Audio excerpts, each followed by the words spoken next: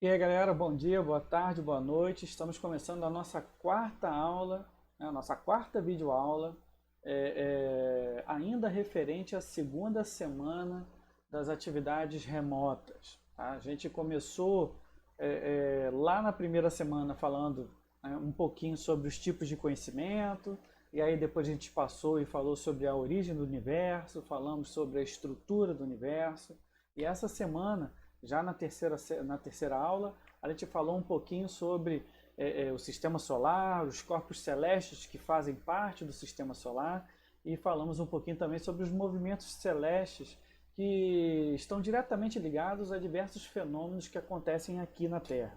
Tá? Agora, a gente vai iniciar a nossa quarta aula falando sobre a nossa casa. Né? A gente vai falar um pouquinho sobre a formação do planeta, né? A gente vai falar um pouquinho sobre a história geológica da Terra, tá? Sobre tudo que passou até a constituição de um planeta capaz de suportar vida, né? Um ambiente estável o suficiente para que essa vida que surgiu ela pudesse evoluir, né? Mas não tão estável a ponto de que essa vida ela se estagnasse. Tá? Ou seja, algumas das mudanças no planeta vão acabar sendo forças motrizes para que a vida dê guinadas, dê, né, mudanças, que ela mude ao longo do tempo. Tá? Então a gente vai ver daqui a pouco que, de certa forma, a história da vida e a história da evolução da vida da Terra está diretamente associado à história geológica do planeta. Né? E aí depois a gente vai falar também um pouquinho sobre a estrutura da Terra, né? Ou seja, como que é que o planeta ele é dividido. A gente viu lá na aula passada que a Terra é um planeta rochoso, né? Um daqueles planetas telúrios, tá? Que é um planeta que está dentro de uma área, como que eu posso dizer, habitável, né? E é uma área habitável porque ela está num ponto nem muito próximo do Sol, nem muito distante do Sol, então a gente pode ter aqui a água em um estado líquido o tempo todo. Tá? E a gente vai ver que, de certa forma, a estabilidade, toda essa estabilidade do nosso planeta, ele é um ponto muito, muito primordial para o desenvolvimento da vida tal como nós conhecemos. Tá? Mas vamos começar um pouquinho falando sobre a formação específica do nosso planeta. Tá?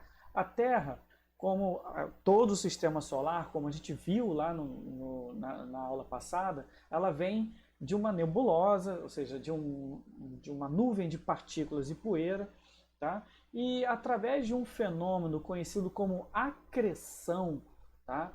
Que é o fenômeno que ocorreu ali naquele período em que a nuvem, a nebulosa estava se compactando, através desse processo de compactação, de aproximação da matéria graças à gravidade, devido a esse fenômeno, né, conhecido como acreção, a gente vai ter, né, gradativamente, ao longo de milhões de anos, tá, a matéria se juntando em pequenos impactos, né, ganhando massa, e quanto maior é a massa desse corpo, mais gravidade esse corpo tem, consequentemente mais massa ele atrai, né, e aí você vai ter inúmeros impactos até que esse corpo ganhe massa suficiente para que ele se torne, né, um corpo arredondado, né, já que a gravidade atrai para todos os pontos de certa forma, né, equivalente, dependendo, né, do tamanho, dependendo da massa, todo o corpo celeste tende a ocupar, a ter um formato mais esférico.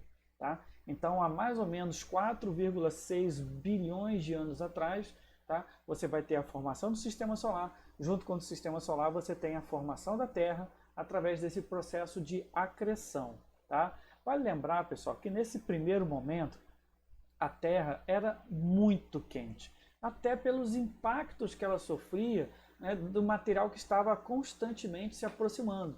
Tá? E aí você tinha desde pequenos corpos, né, asteroides do tamanho de alguns grãos, né, de areia, até mesmo grandes objetos, né, do tamanho de montanhas inteiras. Então a gente vai ter um período, né, esse primeiro período de alguns milhões de anos da formação da Terra, em que o planeta todo, né, vai ser impactado por uma grande quantidade de corpos celestes, de asteroides.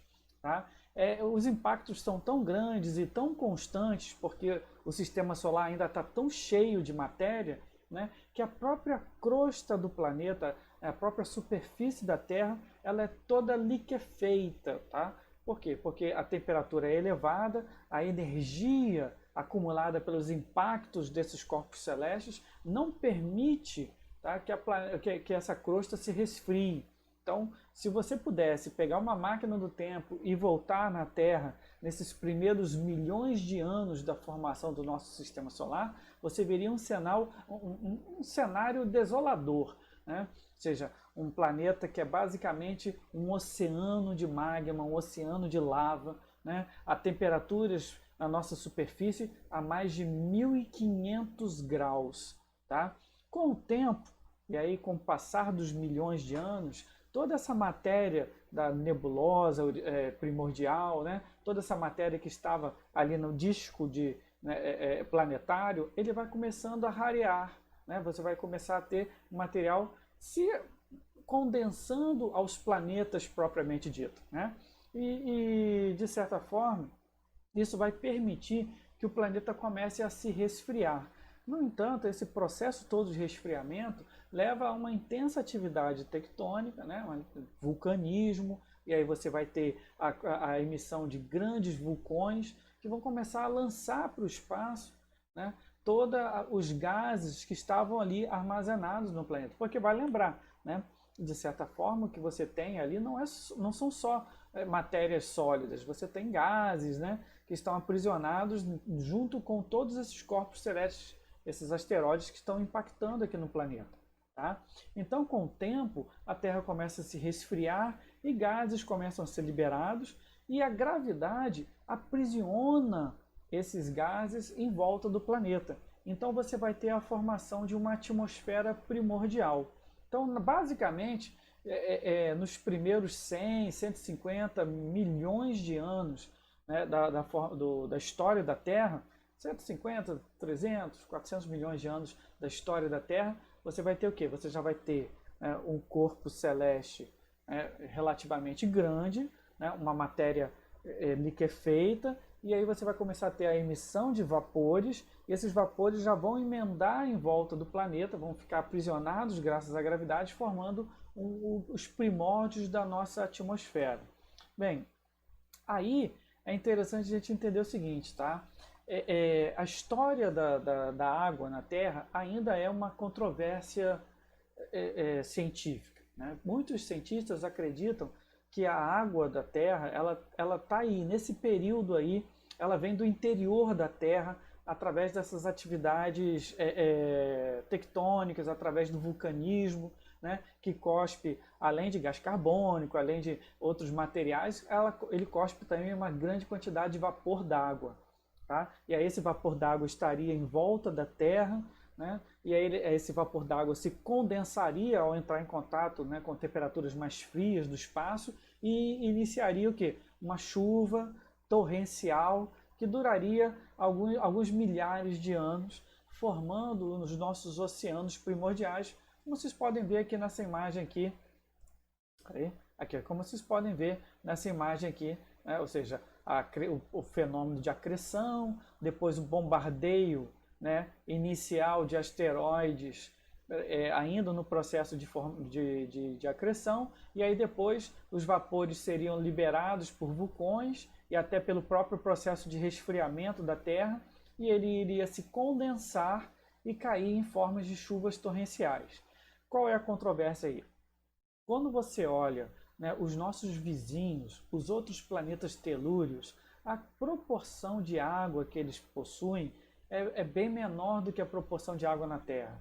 Ou seja, a gente tem muita água, muito dessa mistura, desse composto água, fora dessa região. Né? Ou seja, principalmente lá na região dos planetas gasosos, você tem até luas inteiras revestidas de água. Né? Então, o que alguns cientistas sustentam é de que, na verdade, perturbações gravitacionais lá na nuvem de Oort, nessa nuvem de partículas que tem fora do sistema solar, fora, né, depois, não fora do sistema solar, mas depois de Netuno, essas perturbações gravitacionais tenham feito com que asteroides cheios de gelo tenham vindo para aqui, para o sistema solar interior, né, para a região onde que tem a Terra, e a Terra tem atraído esses asteroides, e aí você tem um segundo momento de bombardeio, né, depois desse momento inicial aqui de resfriamento, você teria um segundo bombardeio já desses asteroides carregados de água, com muito gelo, né, e aí o que, que acontece? Esses asteroides acabariam tendo trazido a água, né, com eles, e aí os impactos, aí depois essa água teria evaporado, e aí o processo seria semelhante, condensado em volta da Terra e começado a chover, né, para formar os nossos oceanos.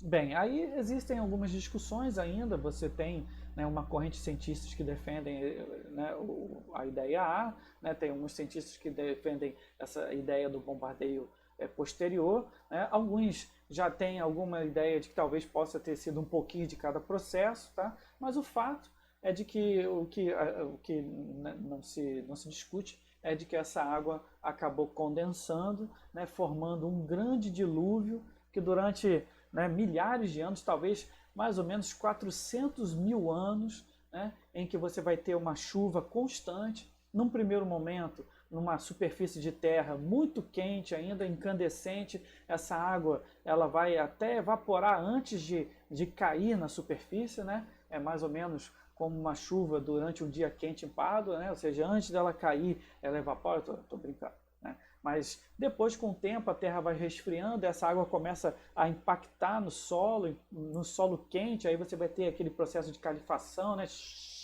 Naquele momento em que a água vai começar, inclusive, a decompor a rocha, né? E é esse processo, né, de decomposição da rocha que vai começar a liberar sais. Esses sais, ao se misturarem a essa água que começa já a empoçar, né, é a origem inicial dos nossos oceanos de água salgada, né? Depois a Terra vai eventualmente se resfriar, porque os impactos diminuem, né? A atividade sísmica, consequentemente, também diminui, né? As chuvas se mantêm constantes e a temperatura da Terra despenca, né, a ponto de permitir que você tenha, né, oceanos em estado líquido na superfície. E aí depois você vai ter, já mais ou menos há 4 bilhões de anos, um planeta relativamente fresco, né, frio, frio assim, a temperatura agradável, com oceanos de água salgada, uma atmosfera, essa atmosfera ainda não tem oxigênio, tá? Mas você já tem uma atmosfera ali, tá? Ou seja, já está preparado todo o palco, ou seja, há mais ou menos 500 milhões de anos foi o tempo necessário para que você tenha a formação, né, da Terra como nós, né, num ponto possível, ou seja, num ponto já preparado para desenvolver a vida. Tudo bem? Bem, outro ponto também interessante aí desse iniciozinho da formação da Terra é a história da nossa Lua, né? Hoje em dia, até para os estudos geológicos até de rochas que foram trazidos da Lua, tá? Existe a teoria mais aceita, até por modelos matemáticos também, os caras que construíram lá, desenvolveram vários modelos matemáticos que regrediram na história da Terra, né, da história do movimento, né, da Terra, que puderam, né, inclusive, constatar que é possível que essa teoria aqui seja a mais aceita, né? Ou seja, a teoria de que a Lua se formou a partir de um impacto, né? Essa teoria é a mais aceita hoje no meio científico, até por vários pontos, né, que a sustentam, né? Como eu falei para vocês, todo modelo de realidade que a ciência trabalha é como se fosse um quebra-cabeça, né? E quanto mais peças você vai encontrando e mais peças você vai encaixando nesse quebra-cabeça, mais próximo de ver a figura do quebra-cabeça você está. Então hoje, vários dessas pecinhas do quebra-cabeça nos levam a crer que, de certa forma, a Terra tenha conseguido a sua Lua a partir de um fenômeno cataclísmico que foi o impacto de, ainda lá no período de acreção, ou seja, a Terra já estava se formando, ainda incandescente, né? E aí, nesse período de acreção, você vai ter no nosso sistema solar inúmeros corpos celestes se formando, não só esses planetas que nós temos hoje, tá? E muitos desses planetas que estavam se formando ali, alguns, né, caíram em direção ao Sol, outros foram arremessados para fora do sistema solar e outros, inclusive, né, se chocaram. Então, é bem provável que a Terra tenha sofrido um desses choques com um desses corpos celestes que estavam se formando, né? Então, inclusive, os cientistas dão o nome desse protoplaneta de Theia, né? Então, em algum momento ali, logo no início da formação da Terra, esse protoplaneta chamado Theia se chocou com o planeta, se chocou com a Terra, né? Esse choque foi violento, desmantelou o planeta inteiro, né? Imagina o que é você ter um asteroide do tamanho de um protoplaneta se chocando com a Terra.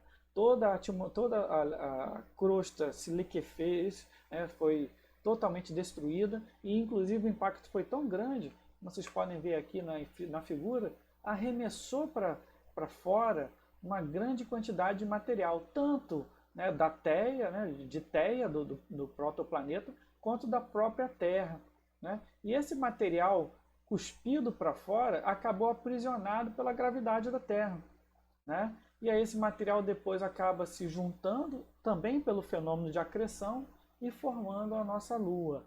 Tá? Então essa teoria, né, do impacto, tá, é a teoria hoje mais aceita até pelos estudos geológicos. Né? Você encontra muito material na Lua que é equivalente ao da Terra, em proporções interessantes. E agora, você também tem um material que é totalmente diferente da Terra. Então isso dá uma base de que a Lua tenha sido formada tanto por matérias, né, por material terrestre, quanto por material de um outro planeta que se chocou aqui com a Terra. Tá? É interessante a gente entender que até se chegar a essas conclusões, até fazer esse estudo geológico, até fazer modelos matemáticos, existiam outras teorias para a formação da Lua. Né? Nós tínhamos a teoria de que a Lua tinha se formado junto com a Terra no processo de croacreção, né? Num processo de fissão, né? Ou seja, que de certa forma o material da Terra se separou, tá? E acabou formando a Lua, ou seja, a Terra no início da sua formação teria um movimento de rotação tão grande que acabou cuspindo parte do seu material e formando a Lua, né? Só que vejam vocês, né? Essas duas primeiras teorias, elas têm um impacto, né? Qual é o problema? A croacreção, você teria materiais específicos da Lua e a Lua teria, né, geologicamente falando, o mesmo tempo de formação da Terra, tá? E o que não tem se mostrado nos estudos. A questão da fissão é a mesma coisa, você teria o material todo da Terra, você não teria nada de diferente na Lua, como se encontrou como se encontrou lá nos materiais que foram trazidos nas missões Apollo.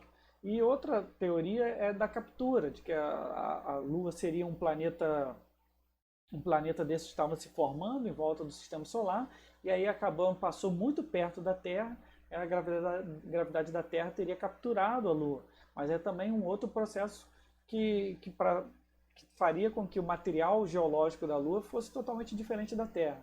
Tá? Então, hoje em dia, essas teorias perderam força, até pelos estudos mais recentes, e a teoria do impacto, a teoria, né, da formação da Lua a partir do impacto de um protoplaneta, hoje em dia é o mais aceito de todos. Tá? A história da Terra, ela é muito grande, né? Ou seja, tem, como eu estou falando aqui para vocês, pelo menos 4,5 bilhões de anos. E é claro, é uma escala de tempo tão grande que não é possível a gente ficar aqui, né, falando sem, né, organizar isso de alguma forma. E os cientistas fazem isso. Os cientistas, eles pegam essa história longa da Terra, né, pegam determinados fenômenos da história da Terra e tentam utilizar esses fenômenos como marcos para conseguir dividir a história da Terra em segmentos para facilitar o estudo. Aliás, registrar, catalogar, dividir, classificar, são alguns dos trabalhos da ciência, né? Trabalhos até mais metódicos, mas é também trabalho científico fazer isso. Então, né, os cientistas, principalmente os geólogos, eles pegam a história da Terra e subdividem essa história em eras geológicas, né? Então você tem aqui uma tabela simplificada aqui, tá? Em que você tem essas divisões. Então vocês podem ver que a gente divide a história da Terra em éons, tá? E aí você pode pegar o éon pré-cambriano, né? Você tem o éon farneozoico, tá? E você tem subdivisões dos éons, que são as eras, tá? E as eras também podem ser subdivididas em períodos. Mais recentemente, os períodos foram divididos em épocas, tá? Agora, toda essa subdivisão, ela ocorre, aí o cara pode dizer assim, pô, professor, mas peraí, olhando aqui essa tabela, olhando com calma, né, eu vejo aqui que o período pré-cambriano, ele pega de 4,5 bilhões de anos atrás e vai até a 500 milhões de anos atrás. Então, se a gente parar para pensar, basicamente, é a maior parte da história da Terra, né? Mas nessa tabela que você está me trazendo aqui é um pedacinho pequenininho, né? Ou seja, dos 4,5 bilhões de anos, o cara pega 4 bilhões e subdivide aqui só em duas erazinhas. Por que eles fazem isso? Bem, é porque, geologicamente falando, se sabe pouco do que aconteceu nesse período. A gente tem poucos registros. Até porque a Terra é geologicamente ativa, ela está constantemente reciclando a sua crosta. A gente vai ver esse processo em detalhes nas próximas aulas. Mas o que eu posso dizer para vocês é que na hora de você estudar os fenômenos antigos, e existe obviamente uma dificuldade de você estudar um passado tão distante, porque, primeiro, não tinha ninguém aqui para notar o que estava acontecendo, né? Então todo o estudo tem que ser um estudo indireto, ou seja, você não está pegando materiais de registro, documentos. Você tem que fazer um estudo em várias áreas. Você tem que estudar geologicamente a formação das rochas, aí você apela para a questão da radiação, né? Os elementos radioativos e seu decaimento, você vai estudar fósseis, né? Ou seja, o processo de fossilização. Então existem formas indiretas de você conseguir buscar. No entanto, existem poucos registros geológicos anteriores a 500 milhões de anos atrás. Por quê? Porque a crosta da Terra está em constante mudança e você tem poucos registros até encontra, existem algumas rochas até com 3 bilhões de anos que você encontra aqui na superfície da Terra, mas são poucos registros, registros que não conseguem trazer detalhes do que aconteceu naquele período. Além do mais, tá? Pelo que chegou para a gente até hoje, tá? Pelo que chegou desse período, também nós não vamos ter mudanças tão dramáticas nesse período, tá? Até quando a gente fala sobre as formas de vida. E aí vocês vão ver que aqui, no que a gente chama, né, de eras geológicas, a vida e como a vida se comporta e como ela mudou ao longo do tempo vai ser um dos principais marcos, tá, para determinar esses períodos aqui e também as eras. Tá? E no período pré-cambriano, a vida até surgiu, é um momento mais importante, é o surgimento da vida, mas a gente vai ver que ela vai se manter durante todo este período de bilhões de anos no estado, né, de unicelular, ou seja, de vida unicelular. E já depois aqui, a partir, né, da era paleozoica, a vida vai surgir, né, vai despontar, a gente vai despontar e aí você vai ter vários fenômenos, tá, para registrar, para você conseguir, tá, fazer essas subdivisões aqui. Tudo bem? Então vamos falar um pouquinho, pessoal, voltando aqui só para falar, inclusive a nível de vestibular, a nível de geografia. Claro, se você um dia for fazer geologia, alguma coisa da área, nem eu que sou da geografia trabalho com isso aqui, né? Ou seja, o tempo todo. Então quando eu quero ver, o que aconteceu em tal ano, algumas coisas a gente acaba, né, decorando, né? Mas, por exemplo, período. Se eu quero saber que período foi o Devoniano, de quando a quando, eu vou apelar para olhar a tabela. tá? Mas algumas coisas aqui é interessante você ficar sabendo. Tá? Que divisão que eu acho que é interessante ter na cabeça, até para a questão de vestibular e coisa e tal. Né? O período pré-cambriano, né? Ou seja, o éon pré-cambriano, que é todo esse período da formação da Terra até 570 milhões de anos atrás, né? Que é aqui ó, o período cambriano. Tá? E aí depois, para facilitar a sua vida, né, subdivide aqui o éon fanerozoico nessas três etapas aqui. Ó. A era paleozoica, que vai de 570 milhões de anos atrás até 250 milhões de anos atrás. Tá? Esse período aqui, mesozoico, tá? Meso vem de meio, né? Entre paleozoico e cenozoico. Mesozoico, que é de 250 milhões de anos atrás, até 66 a 65 milhões de anos atrás. Né? E, finalmente, né, a era que nós vivemos hoje, a era cenozoica, que é de 66 milhões de anos atrás até os dias de hoje. Tá bom?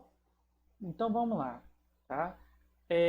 Basicamente, o período pré-cambriano é esse período em que a Terra vai se resfriar, é o período em que os oceanos vão se formar, é um período também onde a vida surge. E é interessante porque, cientificamente falando, né, a gente consegue encontrar fósseis e perceber que a vida surgiu assim que houve condições mínimas suficientes para essa vida surgir. Né? Então a Terra se forma há 4,5 bilhões de anos atrás e mais ou menos 3,5 né, bilhões de anos, ou seja, com 1 bilhão de anos de tempo, a vida já estava surgindo aqui. Né? Como que essa vida surgiu? Acredita-se que a vida, principalmente essa vida unicelular, ela seja uma evolução de reações químicas complexas que se formaram ali naquele oceano primordial, né? Esse oceano primordial muito rico em matéria orgânica, tá? Você vai ter energia suficiente ali disponível para a formação das primeiras formas de vida muito, muito simples. Né? Essas formas de vida, esses micro-organismos, elas vão se desenvolver e se alimentar ali, né, daquele material. Então, acredita-se que a vida primeiro tenha surgido, né, de forma heterotrófica, né? Ou seja, consumindo os recursos do oceano, e aí depois você tem a evolução dessa forma de vida heterotrófica, né, para os primeiros seres fotossintetizantes. Tá? E aí é importante, né? Os primeiros seres fotossintetizantes, eles são, apesar de serem unicelulares, mais complexos. Tá? Eles possuem estruturas membranárias, né? Eles possuem ali os primórdios dos cloroplastos e vão começar a formar, né? E vai ser uma revolução energética os seres fotossintetizantes. Né? Por quê? Porque você vai ter a produção de energia a partir do Sol. Você vai ter as criaturas autrófagas, aquelas que produzem seu próprio alimento. E é engraçado, porque a fotossíntese é um processo, né, em que você tem ali a água, você tem o gás carbônico abundante ali, né, no oceano, e aí, graças à luz do Sol, você tem, né, a produção de glicose e oxigênio. Esse oxigênio, né, ele começa a ser liberado, e aí o oxigênio é uma questão interessante, porque o oxigênio livre, assim, ele é muito instável. Então ele tende logo a se ligar a qualquer outra coisa. Né? Então você vai ter o processo de oxidação, e esse oxigênio vai se ligar a outras coisas, né? Por exemplo, o ferro. O oceano, nesse período aí, 3,5 bilhões de anos atrás, ele era riquíssimo em ferro, ainda no início da formação da Terra. Então, o que acontece? Esse oxigênio, inicialmente produzido pelas primeiras criaturas fotossintetizantes, ele vai se ligar, primeiramente, a esse ferro que está no oceano. E aí ele vai decantar esse ferro, esse óxido de ferro vai decantar, né? Vai se acumular no fundo dos oceanos e vai criar grandes depósitos de ferro que hoje em dia são os depósitos que nós extraímos. Por exemplo, aqui em Minas Gerais, né? Ali no quadrilátero Ferreiro, todo o ferro que é extraído dali é um ferro que veio desse período de oxidação.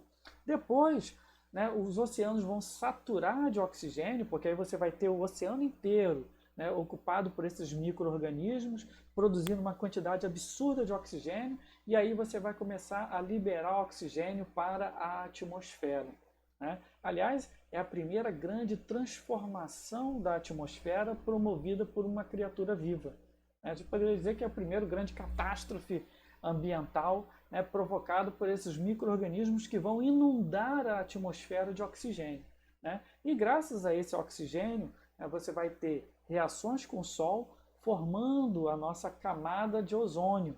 Essa camada de ozônio vai criar uma camada protetora, o que vai permitir, milhões de anos depois, que as criaturas que viviam no oceano comecem a ocupar a Terra.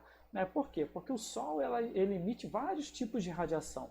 E algumas dessas radiações são nocivas à vida. Né? Então, o oceano ele é uma proteção. Ele forma aquela película, né, inicial do oceano, forma uma proteção contra essas radiações, principalmente a radiação ultravioleta, que é muito perigosa, principalmente para as substâncias químicas, principalmente para o DNA, para as pontes de hidrogênio do DNA. Né? Mas os raios ultravioletas eles têm uma capacidade de penetração muito baixa.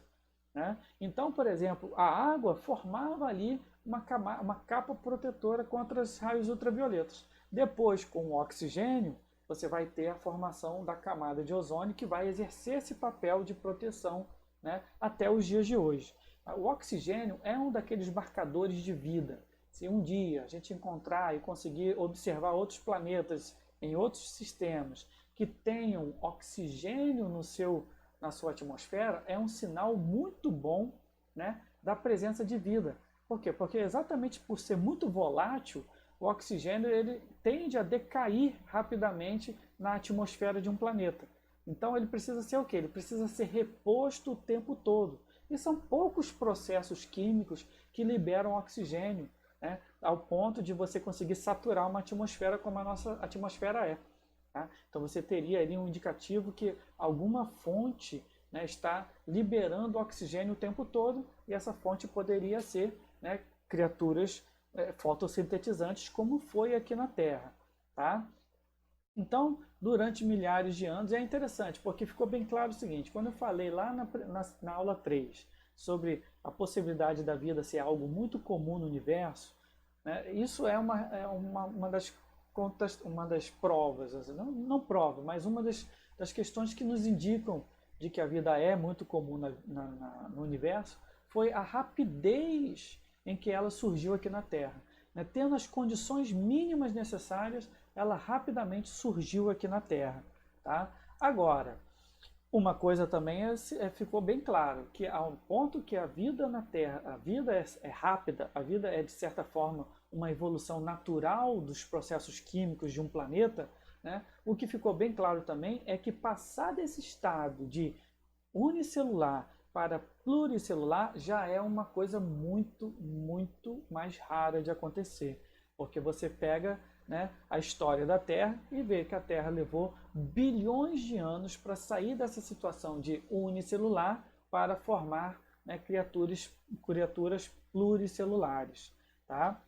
Então, para a gente entender isso, a gente tem que entender que o surgimento das criaturas pluricelulares marcam, né, o fim ali do período da era do pré-cambriano.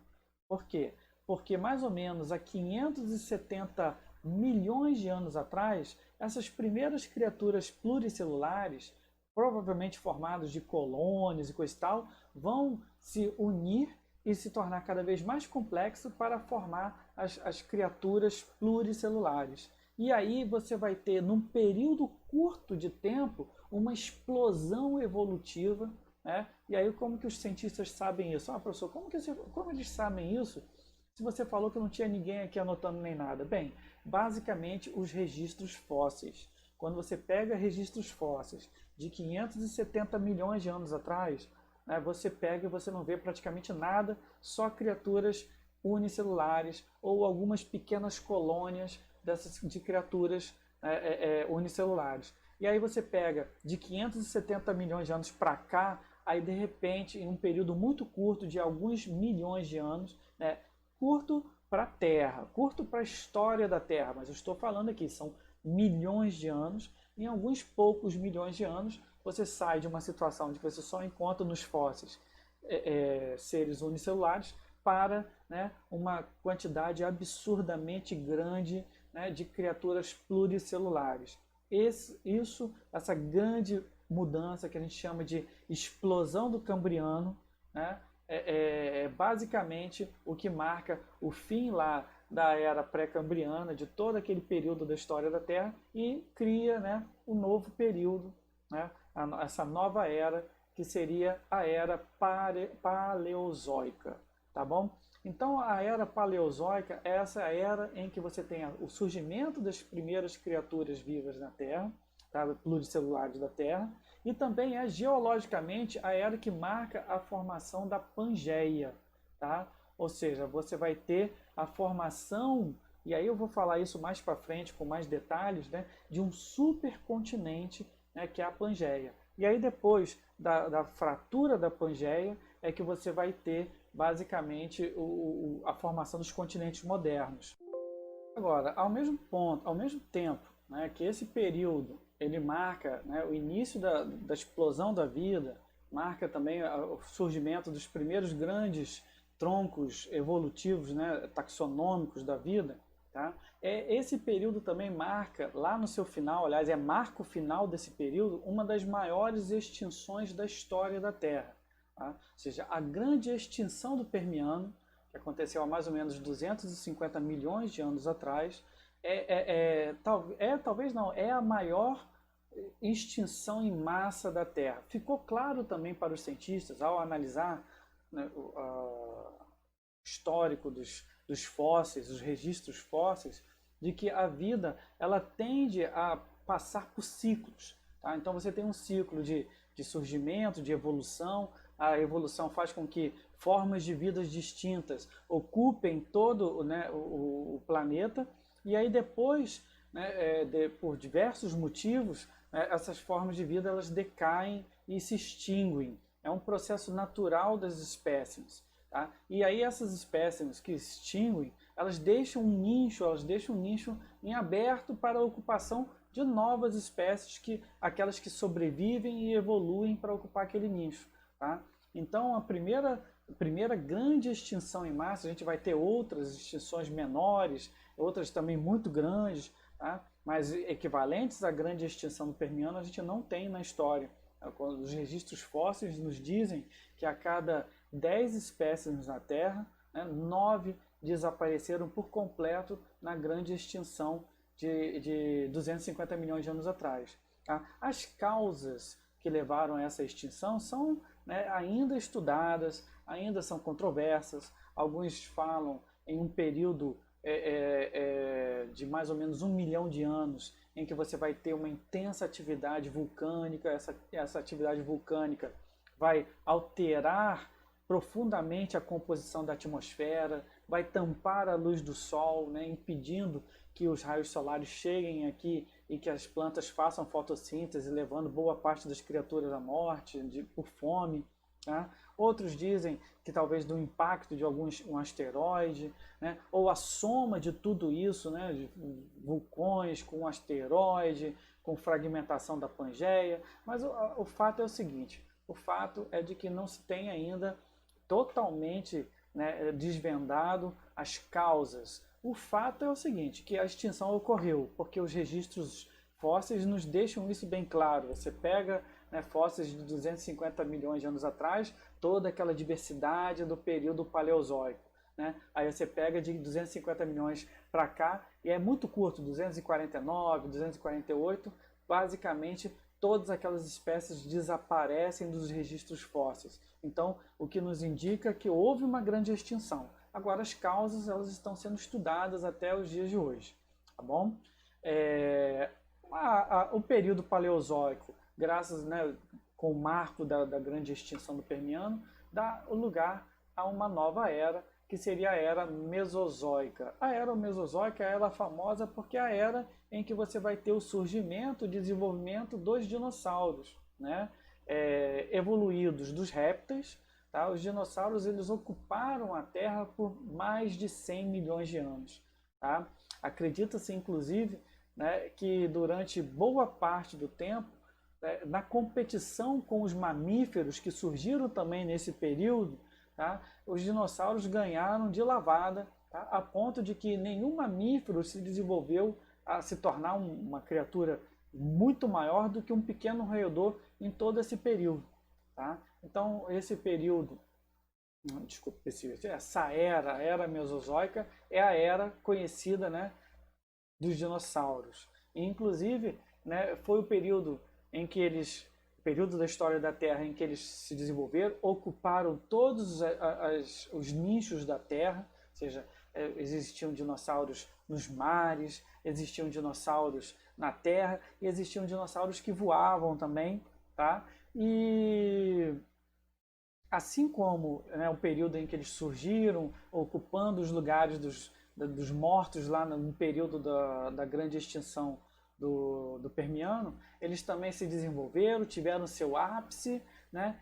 Mas abruptamente eles acabaram se extinguindo.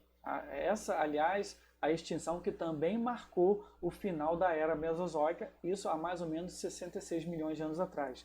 E aí, resumindo, até porque eu não posso me estender muito aqui, né, a extinção dos dinossauros ela também é uma disputa científica. Hoje em dia, a ideia de que foi um grande meteoro, mais ou menos do tamanho da montanha Everest, né, que atingiu a Terra a milhares de quilômetros por hora, e causando, né, um impacto que ele criou toda uma nuvem de detritos, e essa nuvem de detritos tem envolvido o planeta Terra inteiro, bloqueando a luz do Sol e acabando com a base da cadeia alimentar, levando à morte dos dinossauros, principalmente dos dinossauros de massa muito grande, porque a cadeia alimentar ela funciona assim.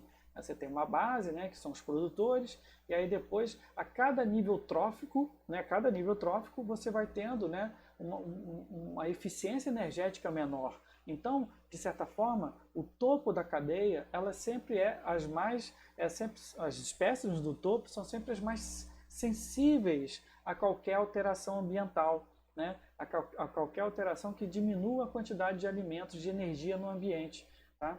Então, o que acontece? Há 66 milhões de anos atrás, um grande meteoro atingiu e abalou todo o ambiente. Tá? Hoje em dia, esse modelo é o mais aceito, até porque ele tem muitos fundamentos, né? Ele é bem construído como teoria e existem muitas peças que encaixam nessa teoria, inclusive, né, com a descoberta de uma imensa cratera, onde é hoje a Península do Yucatán, que é mais ou menos datado desse período, tá? Que inclusive tem toda uma assinatura geológica, né, que bate com sedimentos encontrados no mundo todo. Então, assim, muita coincidência você ter essa imensa cratera de 66 milhões de anos, né, sedimentos espalhados pelo mundo todo que ligam, né, a uma possível emissão de partículas que tenham tampado o Sol, e quando você olha os registros fósseis, né, os dinossauros estão lá há 66 milhões de anos atrás, e quando você vai procurar há 65, eles não estão mais. Né? Agora, foi muito bom para a gente que os dinossauros tenham desaparecido, principalmente esses dinossauros grandes. Nem todos sumiram, né? Os menorzinhos, eles acabaram sobrevivendo e evoluíram, né? E foram com o tempo evoluindo para dar aos seus descendentes atuais, né? Eles são os pássaros. Os pássaros atualmente são os descendentes mais próximos de dinossauros, né? Agora, a morte dos dinossauros e o fim da era mesozoica permitiu que a gente entrasse na era cenozoica, que é a era que nós vivemos hoje. A grande extinção dos dinossauros permitiu que outras criaturas elas pudessem ocupar o lugar, os nichos deixados pelos dinossauros. E nesse caso, quem ocupou esse lugar foram os mamíferos. Mamíferos, como eu falei, que já existiam e já competiam por espaço com os dinossauros antes do grande meteoro. No entanto, na competição entre dinossauros e mamíferos, os dinossauros estavam ganhando. Tá? Não existia nenhum motivo para acreditar que os mamíferos conseguissem ocupar o lugar dos dinossauros, a não ser graças a esse grande fenômeno, essa reviravolta na história geológica. E aí, sem os dinossauros, os mamíferos puderam ocupar os lugares, evoluir, e aí você vai ter a evolução dos grandes mamíferos atuais, tá? E a evolução há alguns milhões de anos atrás, 10, 15 milhões de anos atrás, dos primeiros, né, primatas. Esses primatas vão evoluir, e aí a evolução não é a nossa aula aqui, mas o que eu posso dizer é que de vários troncos evolutivos você vai ter a formação de primatas, né? E há mais ou menos 2, 3 milhões de anos atrás, você tem a formação dos primeiros hominídeos, né? Esses hominídeos que, diferentemente dos primatas, dos chimpanzés, dos macacos, eles vão andar sobre duas pernas. Lembrando sempre que os macacos são quadrúpedes, né? A grande diferença de andar sobre duas pernas é de que você vai ter uma coluna que vai doer bem mais, né? Porque afinal de contas é uma coluna que tem que sustentar todo o peso do corpo, mas que, por um lado positivo, vai liberar as suas patas superiores para que você possa obter, né, e manipular objetos. Também vai permitir que, ao ficar em pé, você consiga ter uma visão melhor sobre os campos, né, inclusive, né, para caçar e para fugir dos predadores. Então, uma comunhão de fatores evolutivos vão permitir que há mais ou menos 300 mil anos, então veja, eu saí de uma história de bilhões, passei para uma história de milhões, e agora eu estou falando há mais ou menos 300 mil anos, os primeiros Homo sapiens tenham surgido mais ou menos ali, né, aonde hoje é a África subsaariana. E de 300 mil anos para cá, esse ser humano, né, já no tempo das cavernas, né, que a gente chama de tempo das cavernas, ele começou a peregrinar, a ocupar todos os cantos da Terra, né, e prevalecer como espécie, né, ou seja, de tudo aquilo que a gente falou lá na nossa primeira aula. Beleza, gente? Bem, essa foi resumidamente, bem resumidamente, até porque a gente não pode ir se aprofundando nesse assunto, né, para não ter aula de 15 horas. Essa foi a história geológica da Terra. Vamos agora começar a falar um pouquinho sobre a estrutura da Terra. A Terra é um planeta rochoso, tá, que basicamente a gente pode dividir em três partes. Tá? Basicamente a Terra tem um núcleo, tá? Um núcleo, um manto, tá? Que é esse outro ponto aqui, tá? E uma fina crosta. Tá? Vale lembrar que essa divisão ela se formou ainda no período de acreção, quando a Terra era toda liquefeita. Então o que, que acontece? Você vai ter, basicamente nesse período, os elementos mais pesados decantando para o centro, atraídos pela gravidade. Tá? Então, com o tempo, você vai ter principalmente o ferro, né, o níquel, né, descendo, elementos muito pesados, descendo para o nosso núcleo, formando, né, essa região. Tá? Esse núcleo ele está a mais ou menos 6 mil graus, tá, de temperatura, e ele é sólido. Então você tem um ferro ali no estado cristalino, sólido, muito quente. E é interessante, porque o ferro na superfície ele funde, ele vira líquido a 1000 e poucos graus. No entanto, devido a toda a pressão, né, do peso da Terra, né, mesmo a 6 mil graus, esse ferro ainda está em estado, né, sólido. E você tem depois um núcleo superior, um núcleo, né, externo, esse também formado de ferro-níquel, mas aí já no estado liquefeito. Tá? E aí depois você tem um manto formado principalmente de magma. O que é o magma? São todas as rochas que nós temos aqui, mais, né, gases, né, vapores, misturados todos numa pasta, né, que a gente pode ver sendo cuspida pelos vulcões, e a gente vai falar isso mais nas próximas aulas. E você tem uma fina camada, uma camada bem fininha, que é o que a gente vai chamar de crosta terrestre, né, a litosfera. Tá? E aí é interessante a gente entender o seguinte: a crosta é uma camada muito fina, ela tem mais ou menos 40 a 70 quilômetros de espessura. Se você comparar aos 6 mil, né, quilômetros até o centro da Terra, Aí você pode ver que a Terra é como se fosse um ovo mesmo, né? Ou seja, é uma casca super dura, né? Com um manto, né? E um núcleo ali liquefeitos, um núcleo externo pelo menos liquefeitos, tá? Aí a pessoa pode dizer assim, pô, professor, mas se cavou um buraco para ver o que tem lá dentro? Não, também não é possível cavar um buraco. Até alguns cientistas, tanto dos Estados Unidos quanto da antiga União Soviética, cavaram buracos absurdamente fundos, né, para tentar conseguir, né, entender melhor a questão do nosso núcleo, né, do nossa crosta. Tá? Mas eles nunca conseguiram furar mais do que 12 quilômetros de profundidade. Então vejam vocês, tá? Por quê? Porque eles vão atingindo pontos em que a pressão é muito grande, que o calor é muito grande, em que as brocas que eles usavam não conseguiam simplesmente continuar furando. Tá? Então eles nem mesmo no manto chegaram. Aliás, chegaram muito longe, se a gente pensar que a espessura média da crosta está aí entre, né, 70, 30, entre 40 e 70 quilômetros. Então eles não furaram nem perto do manto. Tá?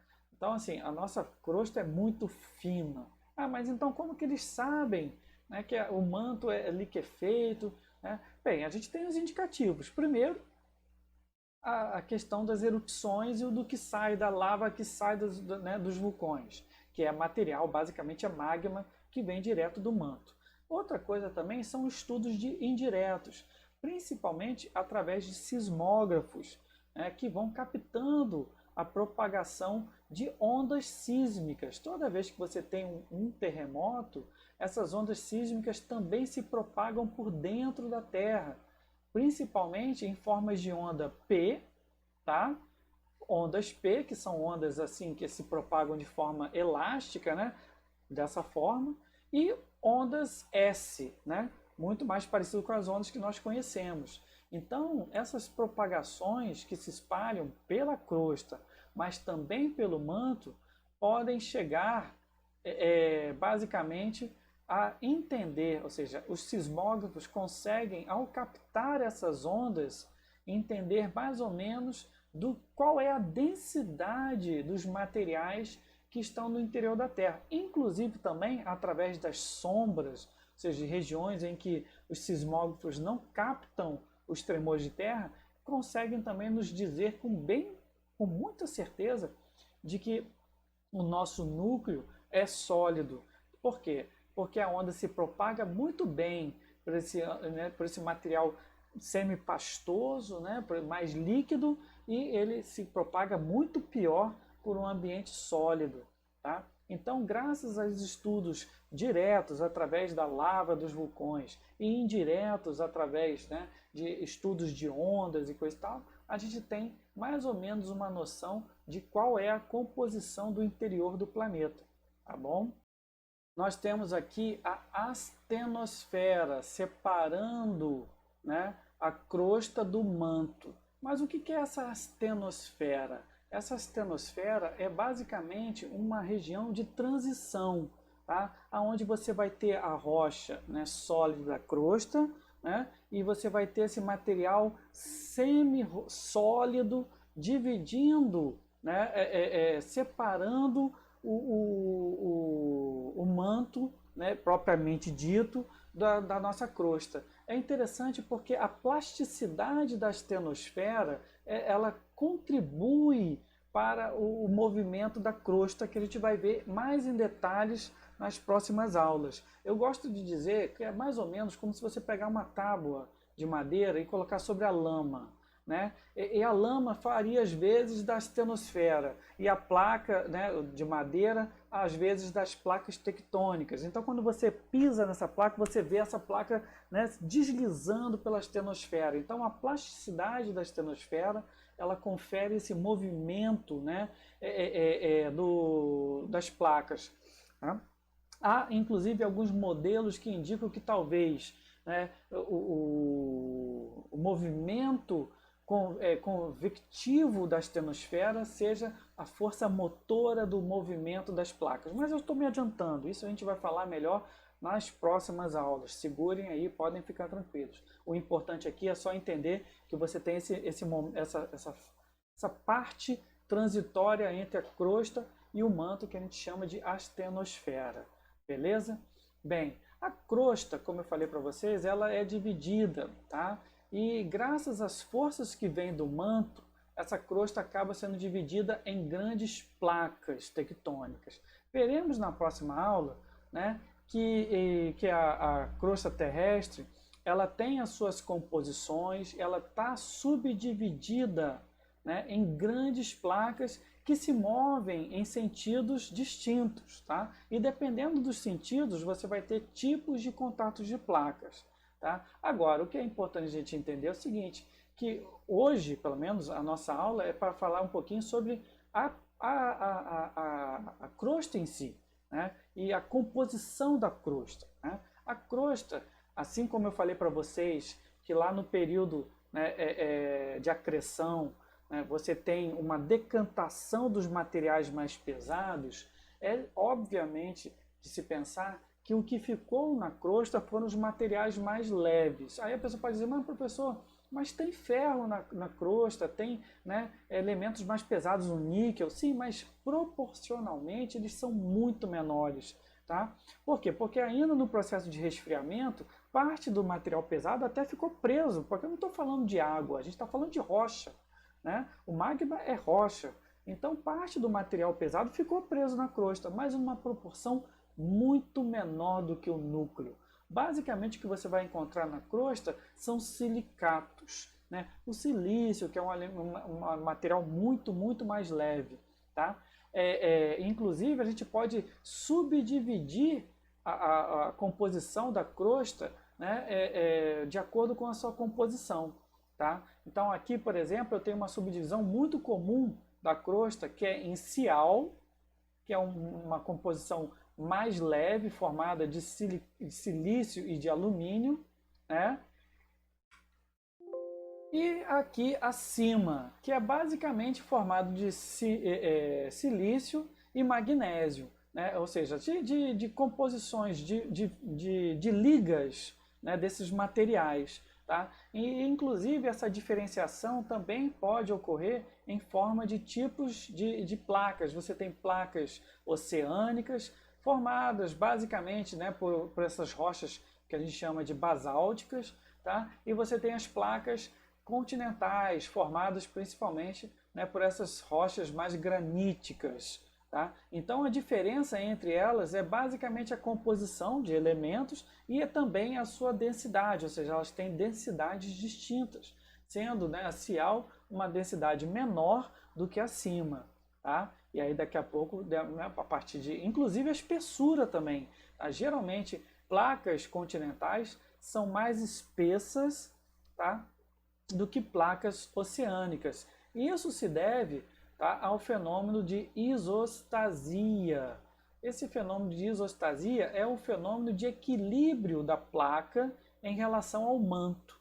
Tá? E, inclusive, se constatou que esse processo ocorre, mas existem ainda dois modelos que explicam esse fenômeno, que foi encontrado em estudos, né, gravitrométricos, né, e de composição. Ou seja, se sabe que a crosta tem pontos mais espessos e pontos menos espessos. Agora, se esses pontos se dão, por exemplo, nesse modelo aqui, ó, em que você teria a dispersão da crosta, onde ela é menos espessa, né, em uma forma em que você teria, tipo, entre aspas, uma raiz, tá, para cada relevo. Tá? Ou seja, se você tem uma montanha, por exemplo, né, você teria o igual tamanho dessa montanha para baixo, né, da crosta, né? Ou então que a crosta seria mais ou menos nesse outro modelo aqui, né, do Pratt, que seria, na verdade, a diferenciação de densidades, ou seja, que na parte de baixo da crosta ela seria mais ou menos da mesma forma, né, da mesma composição. No entanto, quanto maior for, né, o relevo de uma região da crosta, diferentemente será a densidade dessa região, tá? Ou seja, menor será a densidade. Tá? E você teria uma densidade mais compacta nas regiões espessas da placa. Bem, são dois modelos que tentam explicar o que já foi observado empiricamente, né? Através de experimentos. Tá? ainda estão em disputa esses dois modelos aqui. O fato é o seguinte, o fato é que a nossa crosta ela vive em um estado de equilíbrio, tá? De certa forma, por estar sobre um fluido, né? O magma ele é, né, pastoso, ele não chega a ser água, não chega a ser tão fluido quanto a água, mas ele está ali num estado, né, fluido, e aí todas aquelas dinâmicas de fluido acabam sendo, né, também observados na nossa crosta, tá bom? Então toda vez que você tem a presença de uma montanha ou de uma região assim mais elevada, você vai ter esse processo de isostasia. Tá? Isso também acontece, por exemplo, numa grande geleira. Uma geleira, né, você vai ter, né, um equilíbrio dessa isostasia, tá, para baixo da crosta. E se, por exemplo, essa geleira deixar de existir, essa isostasia, esse equilíbrio faz com que, né, a crosta retorne ao seu estado anterior. Tudo bem? Bem, agora vamos falar um pouquinho sobre a forma da Terra, né?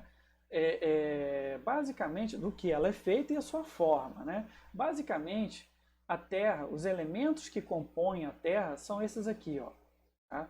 Então você vê que tem uma grande quantidade de oxigênio, mas como eu falei para vocês, o oxigênio sempre ligado a outros, né, a outras substâncias, tá? Você tem o silício.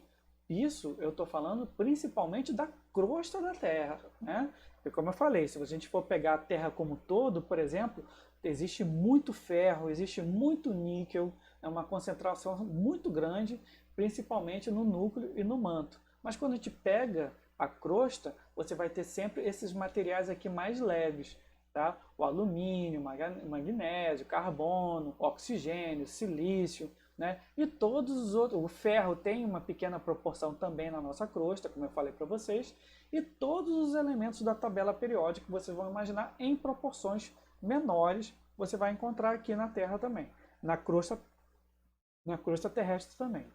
E sobre a forma da Terra, tá? É interessante, porque geralmente a gente fala, qual é a forma da Terra? Bem, ela é redonda, ligeiramente